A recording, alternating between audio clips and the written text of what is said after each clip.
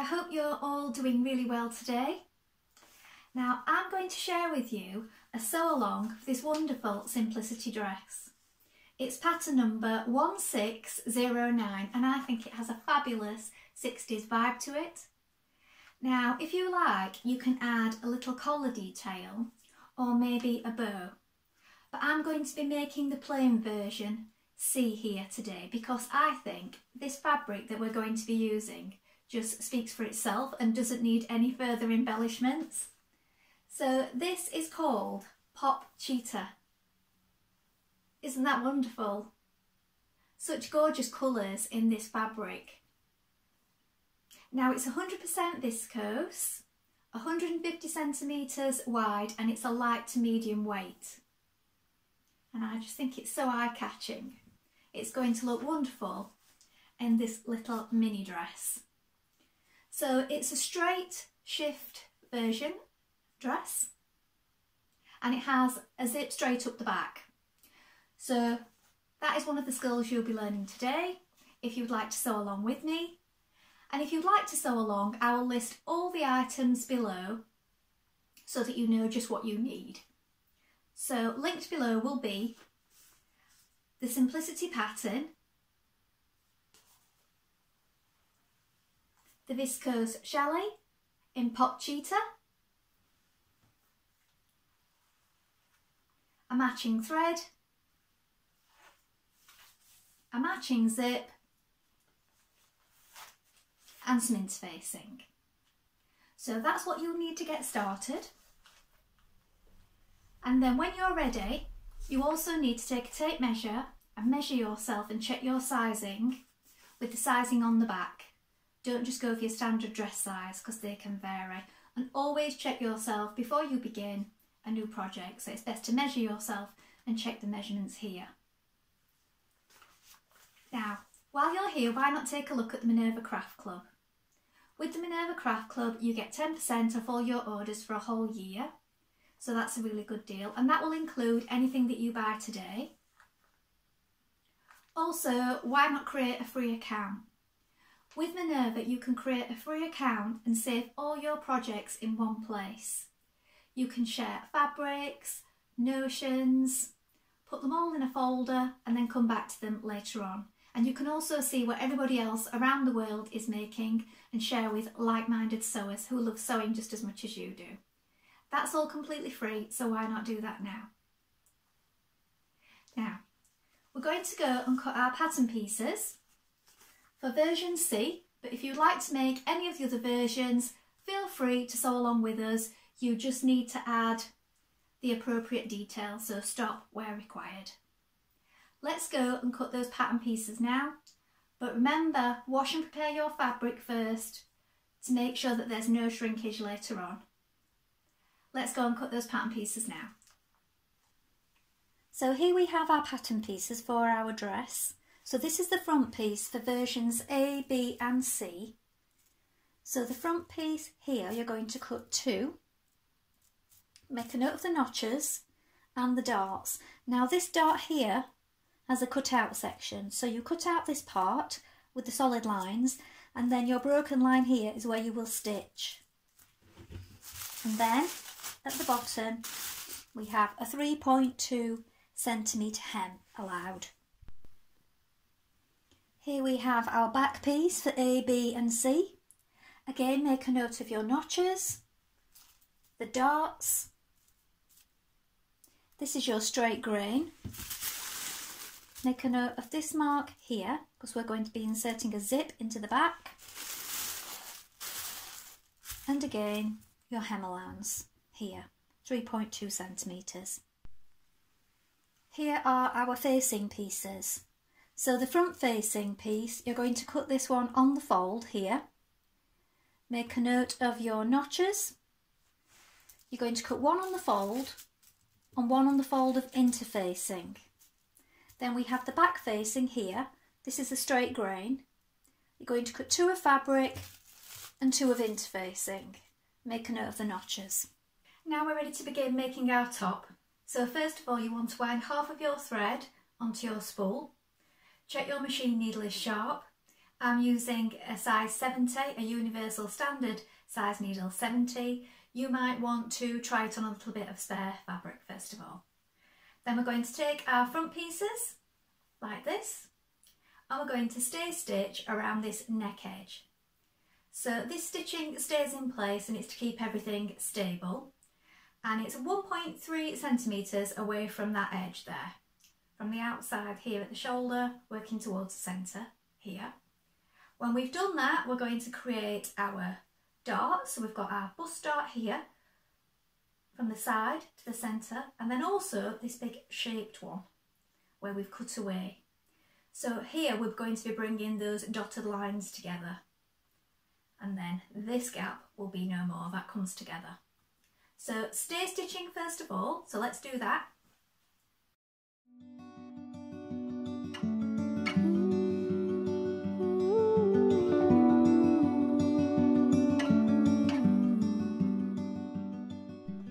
Now to create our bust dart here, we have these two markings here. Now I've made a little snip here and here, and then also I've got a little mark here. Now you might want to mark that with a pin if you feel it doesn't show up very well.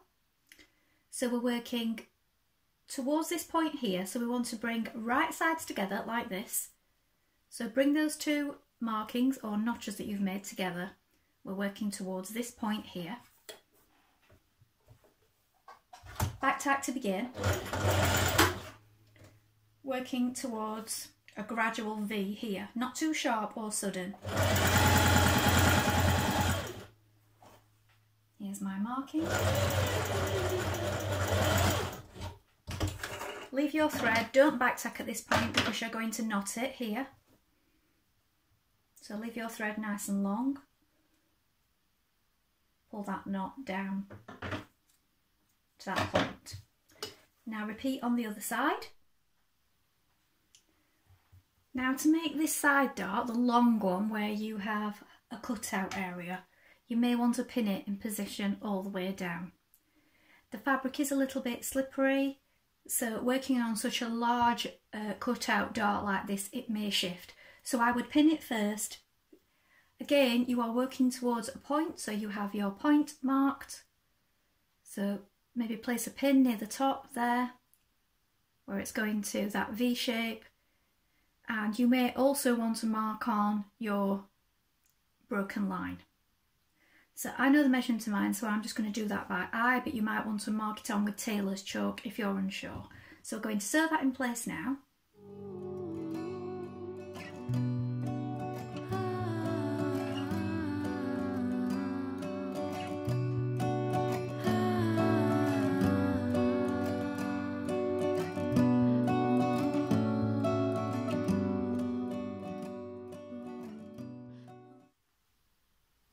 Next you're going to stitch your centre front seam, so place one side facing upwards like this and the other side facing downwards. So right side's facing, and you're going to pin it down the centre.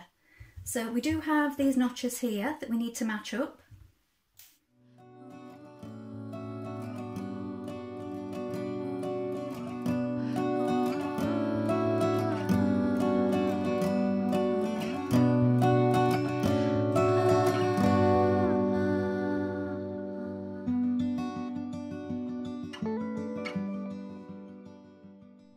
Stitch with a 1.5 centimetre seam allowance.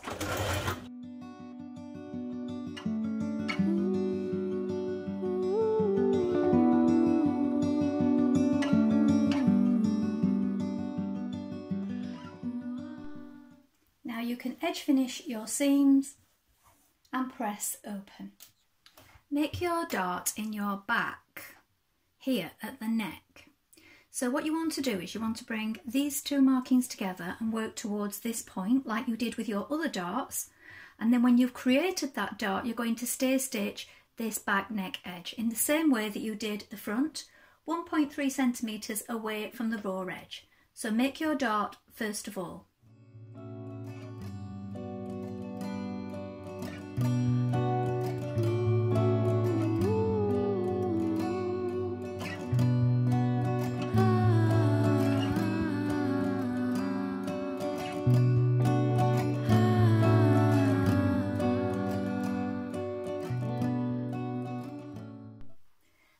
going to make your remaining back darts. Now these are a little different, so I've put black pins in the hope that you can see this clearly.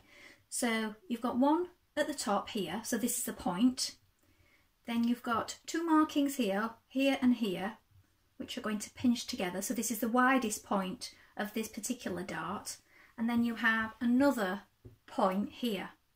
Now what I find it sometimes easier to do is to work from this centre point by pinching it out to this point here at the top, run off and make your knot as you did with your other darts, and then start from here again, working towards this point and run off and knot your threads here at this end. So work towards the top and then come back to the centre and work towards the bottom one. I just find it easier to do it that way.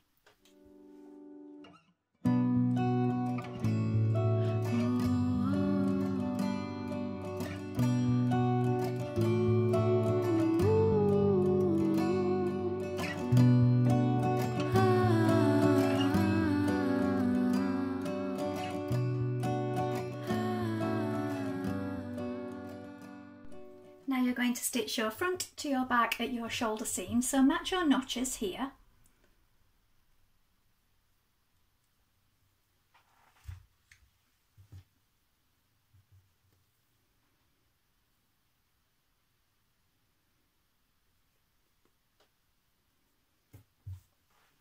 Now when you've attached your front to your back at your shoulder seams, edge finish your seams here, and then also at this point I've done my overlocking, or you may want a zigzag, down your centre back seam.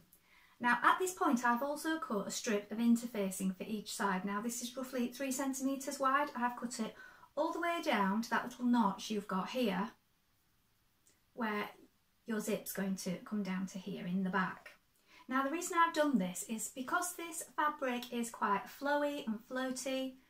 So what that means is, if you put a bit of lightweight interfacing behind it and then you press your 1.5 seam back, when you iron this in place and put your zip in, you will get a nice crisp finish down the centre of that zip. I think that is something that works really well. It's up to you whether you decide to do this or not. It's not in the pattern instructions, that's just a little tip of mine. Now you're going to apply your interfacing to your facing pieces, then you're going to lay them right sides facing and stitch them at the shoulder points here and here. So match up your notches again and pin in place. And also at this point you may want to edge finish around your long unnotched edges of these facings.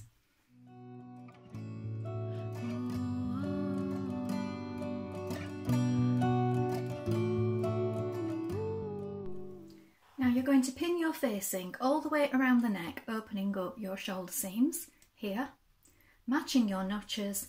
And also what I did is I folded the front part of my facing in half and made a notch at the front, and I've lined that up with your central front seam here. So pin that all the way along, and then we're going to do the same around the armhole. So again, you're going to match up your notches and the side points.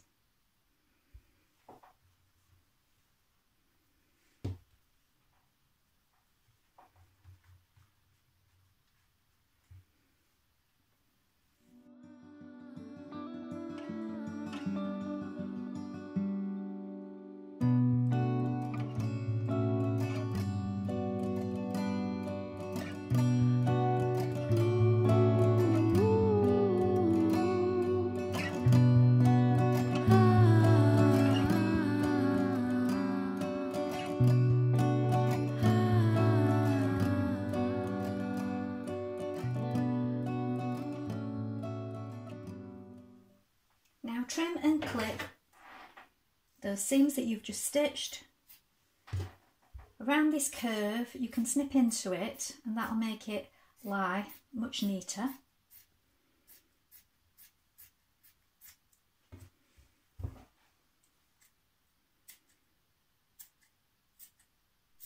Pull your facing through and then you're going to understitch onto the facing. Now you do this as far as you can because it is quite tricky because you've pulled it through. So you're stitching a few millimetres away from the edge onto the facing, and this will help it lie flat towards the inside. So just pushing your seam towards the facing as you go. You do this around the neckline and also where you can onto the sleeves. You're going to open up the facing under the arm here, and in one continuous line you're going to pin all the way down the side seam like this. So your facing is opened up and you're stitching from the top of the facing there all the way down the side seam. Do the same on both sides and then stitch that in position with a 1.5 centimetre seam allowance.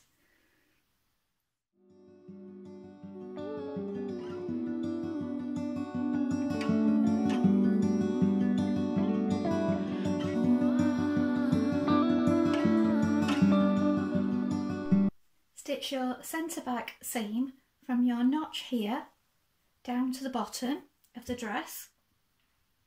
Now you're going to pin your zip in place. So it's 1 centimetre away from this top edge here, because we're going to have a hook and eye at that point.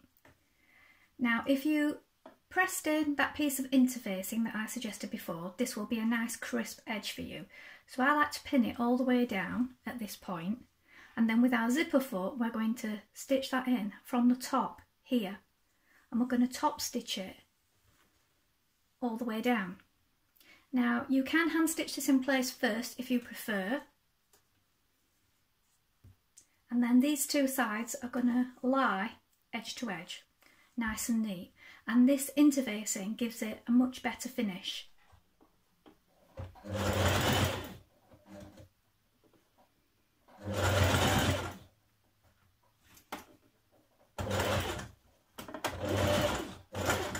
If you want to make doubly sure that it's edge to edge and nice and neat, you can tack it in place like this before top stitching.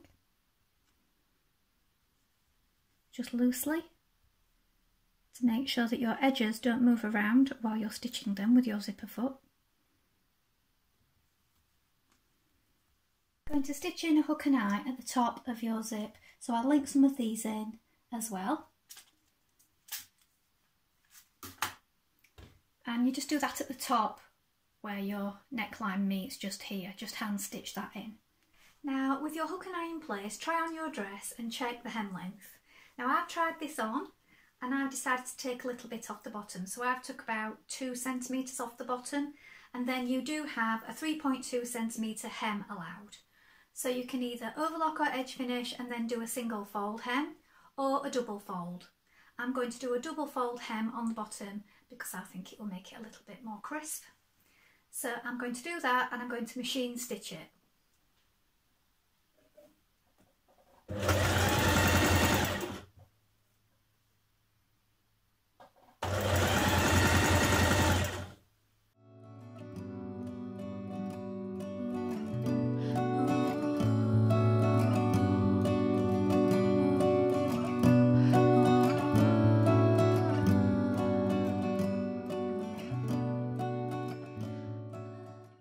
I hope you've enjoyed sewing along with me today.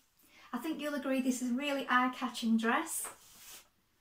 I think if you were to make it in an ivory or a white, a brocade like the one in the illustration here, this would make a fantastic, simple wedding dress. You can also play around with trying the collar or the bow detail. Please let us know if you've sewn this pattern before, what your fabric choices were and how you got along. And remember to include any photographs. We always love to see what you've been making. Also, you can ask any questions in the comments and we'll do our best to help you in any way we can. Remember to like and follow Minerva to get more video content like this every week. Now, if you like what I'm wearing today, this is a jumpsuit with pockets.